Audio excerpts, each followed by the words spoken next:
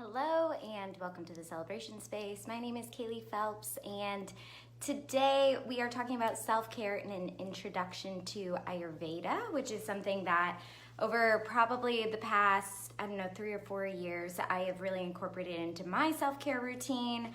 I gave a presentation on self-care and an introduction to Ayurveda to my company in May of 2018. So a lot of this information, I'll be referencing some of my notes and slides just to make sure I get the Sanskrit words done correctly and that I am giving you proper information. I also want to clarify that Ayurveda is a 5,000-year-old science or pseudoscience, so it's not, down to the nitty-gritty. It's a holistic way of looking at things. It's something that's going to be preventative or another lens, as I would say, to look at yourself and your self-care. It is by no means an end-all be-all, so please be sure if you have anything that's ailing you mentally or physically that you make sure that you reach out to the proper people to get the help that you need. So with that, I'm going to talk a little bit about self-care on my end. I feel like self-care has obviously become a hot topic. I think it's especially important during the global health crisis, but I think it's something that's important at all times. I think many people have heard the phrase that you can't pour from an empty cup. And many of us are so busy all the time that we forget to prioritize ourselves. I know that my default is to wake up, and much of the beginning of my morning routine is feeding cats and making beds and doing things for my environment or for the people that I love, people and pets that I love within my home before I get to my part of my self-care in my morning routine. And that's something that, for me, I think self-care has become synonymous with spending, which I don't think that you need to do. And Ayurveda is a lens to look at that I think will be helpful to just kind of look at. You don't need to buy a bunch of things to be able to take care of yourself and get back into balance. So I think self-care is also about getting to know your ever-evolving self. So what that really looks like is that we all are changing all the time. Our priorities are changing, our bodies are changing, our awareness of ourselves and the world around us is changing all the time. So I think I am a big believer in looking at myself from different lenses, taking different quizzes. I am definitely a sucker for the BuzzFeed quizzes, but really I love doing things like love language, apology language, Enneagram, Myers-Briggs. I think this Ayurveda kind of falls in the same realm as some of your horoscopes type stuff too. So it's going to be something that's going to connect with you in some ways. But again, like I said earlier, it's not an end-all be-all. But for me, I am not someone who likes to diet. I'm not someone who likes to be told that I shouldn't do something. I'm someone that really likes to incorporate things into my routine rather than eliminating things out of it. So I found I learned about Ayurveda at the Chopra Center. If you haven't heard of Deepak Chopra, he's a really incredible thought leader who has developed different kinds of meditation. He is a doctor in a million different things and has written a million different books. So I will make sure that I link some of more of his credentials. I don't have them pulled up right now, but he is really fantastic. And I went to a meditation retreat at the Chopra Center and learned more about Ayurveda, which really is basically the premise that, it's Ayur means life and Veda means science or knowledge. And it dates back 5,000 years. It's an Indian practice based on the idea that the mind, body, and spirit are all made up of 5 different elements on Earth. So water, fire, space, air, and earth. So it's really talking about how you're going to take a quiz if you would like to explore Ayurveda to learn about what your natural state is.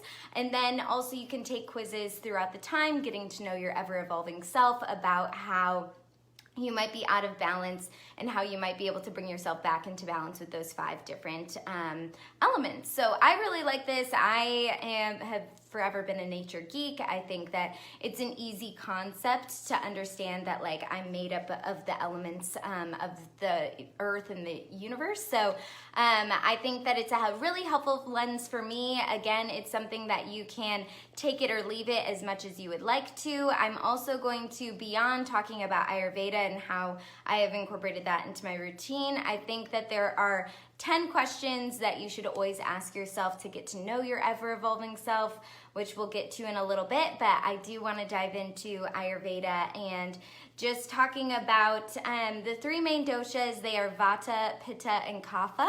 So I am a pitta, which is qualities of fire and water. So your main dosha is really figured out on different physical attributes and also some mental attributes of how you really maintain yourself in your normal state. And then, so that's called your Prakruti quiz, excuse me, this is why I need notes. And then your Vikruti quiz is also going to help you know how you're out of balance. So for example, vata is the elements of space and air, pitta is the elements of fire and water, and then kapha is the elements of water and earth. So you might see different elements within yourself based on that quiz. And also you are gonna have one dominant dosha, and then you're gonna have, everyone has all of the elements within themselves. So I'm dominant pitta, and then my vata and kapha are around the same, balanced out, so that means I'm pretty dominantly pitta. You can have it be bi-doshic, or you can be tri-doshic, where maybe you're like really similar across the board. And like I said, I am not an Ayurveda expert or practitioner, but it is something that you should definitely check into. I'm getting a question about how to spell Prakruti is Prakruti, and Vikruti is Vikruti. So I also linked both of the quizzes in the description of this video. So hopefully those work. They should go to my Google Drive and just pull up some PDFs from the Chopra Center to help you be able to explore this for yourself. But yeah, so Vikruti also means deviating from nature, and that's a Sanskrit term, something that I find a lot when I tell people that I really love yoga or that I will practice Ayurveda or different things. A lot of Eastern practices, I've done acupuncture, different, more Eastern maybe, looking at holistic health medicine. I was an international studies major. I love learning about different religions, different cultures, and I think everyone has a different lens that can be helpful to look at yourself in the world. And something that a lot of people associate Sanskrit with Hinduism and Buddhism, which it really is a language of India that was pretty predominant, and those terms still do stay within some of those religions, and also you will see them in some of different ways that you might chant in yoga or in Buddhist or Hindu religions, but you don't need to be those religions to practice speaking Sanskrit terms or to practice Ayurveda. So just a couple of things that I know can be misconceptions, but definitely you don't need to be too scared of it, and it's something that I find is really awesome. So just a quick overview of the doshas. Vata, like I said, space and air. They usually associate more with fall and early winter, might be light, dry, cold, rough, and it controls the movement of blood flow, waste elimination, and breathing. So I'm Pitta. I can get out of whack with my vata quite a bit, especially when I'm traveling. So that is where you maybe get dry skin, or you forget to breathe, that movement aspect. Also, people who are normally fair-skinned, taller, might have blonde hair, but they're a little bit more wispy in their demeanor, or in their, they might have a million thoughts a minute, very high energy. Really, they are impersonated by the wind. So that is what a vata person might look like, or how you might be out of balance with with your vata in your system. Pitta is fire and water. Really late spring and summer is what they associate with. Light, oily, hot, and soft. And then Pitta controls your transformation, so digestion and metabolism. So really you'll find a lot of Pitta people like myself are more medium builds. They might have thicker hair or oilier skin, like more in the middle, maybe not to the extreme. Yeah, it's that fire and water. They might have a little fiery personality, or they might be a little bit more chill, not as energetic as maybe a vata would be. And really seeing that out of balance is you might be getting heartburn, or you might have inflammation in the form of acne. Any kind of inflammation, spiciness is what's going to be, if you are out of whack with your pitta, you might need to add more spice, or you might need to take away some spice from your lifestyle. So then kapha is, those are really our dependable people. They're water and earth, late winter, early spring. They're might have more disposition of heavy, oily, cool, and smooth, and they control more lubrications like your joints and lungs. So these are people who might be shorter and maybe a little bigger bone. They have really thick hair, or they are really kind of those level-headed, dependable people that aren't going to be thinking a million things at one time. They are maybe that friend that you go to that you always want to talk to about things.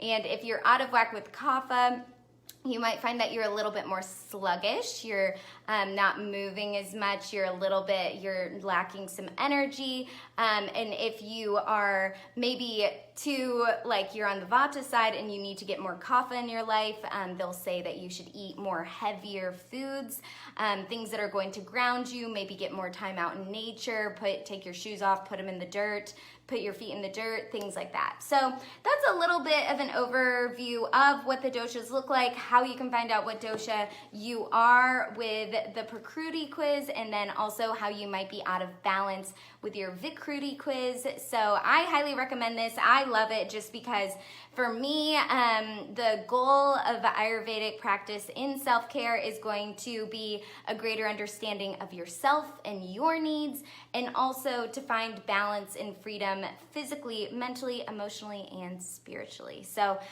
a couple of things that I've incorporated into my routine. I really love to oil pull and dry brush. So these are ancient practices of really just like taking a scoop of, particularly for Pitta people who are a little fiery and spicier. You're supposed to use cooler oils, not heavier oils.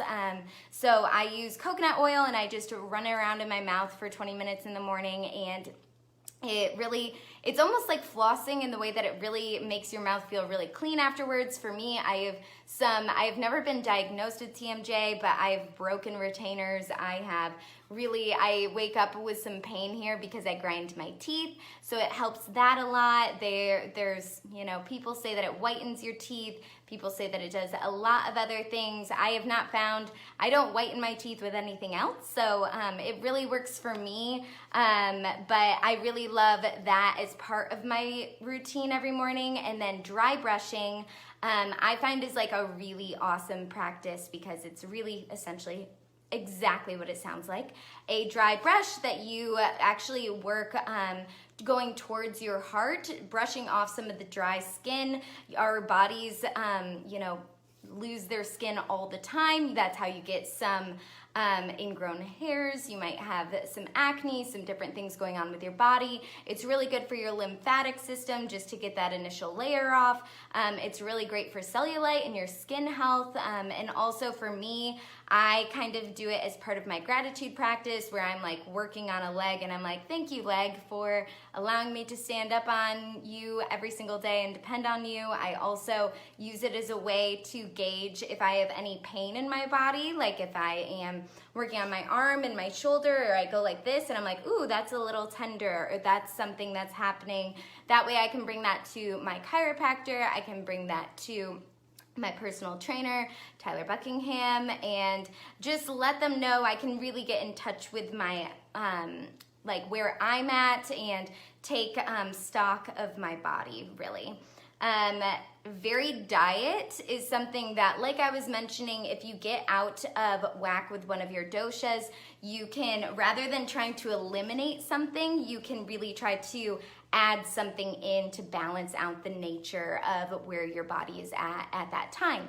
So if you are finding that maybe you are feeling really sluggish and you are in a kapha state where you're not leaving the house as much, I think a lot of us have been in this state in different times during the global health crisis, but maybe you need to incorporate some more colors, bright colors, any kind of, maybe you need to eat some lighter foods that can, help ease up your digestion, do some things, maybe if on the other side of things you are really stressed, your mind's going a million miles an hour, you are unable to sit still, your skin is really dry, that's going to be incorporating more kapha on the other end of things, where you're going to be eating more heavier foods that are going to ground you, doing some more practice of taking care of your skin and trying to take care of that dryness.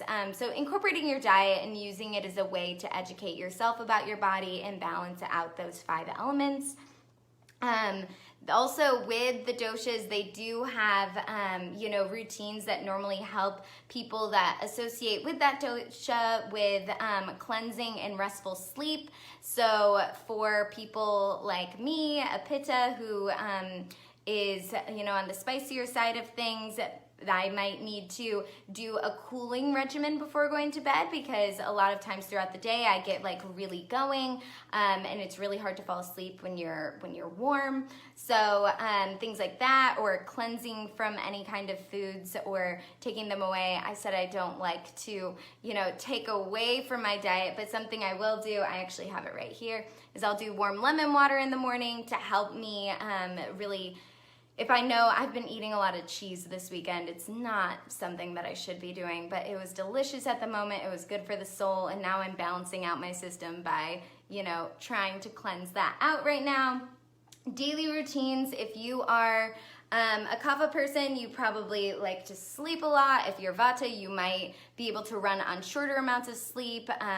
If this also goes along with kind of when you were born and maybe when, so I actually like to stay up really late. So and I'm a pitta person, so it's interesting just being able to look into it also with yoga, breathing, meditation, and massage. I'm going to incorporate all of these into the blog. I don't want to talk at you too long, but really I think that Ayurveda is something that is a really great lens to look at yourself.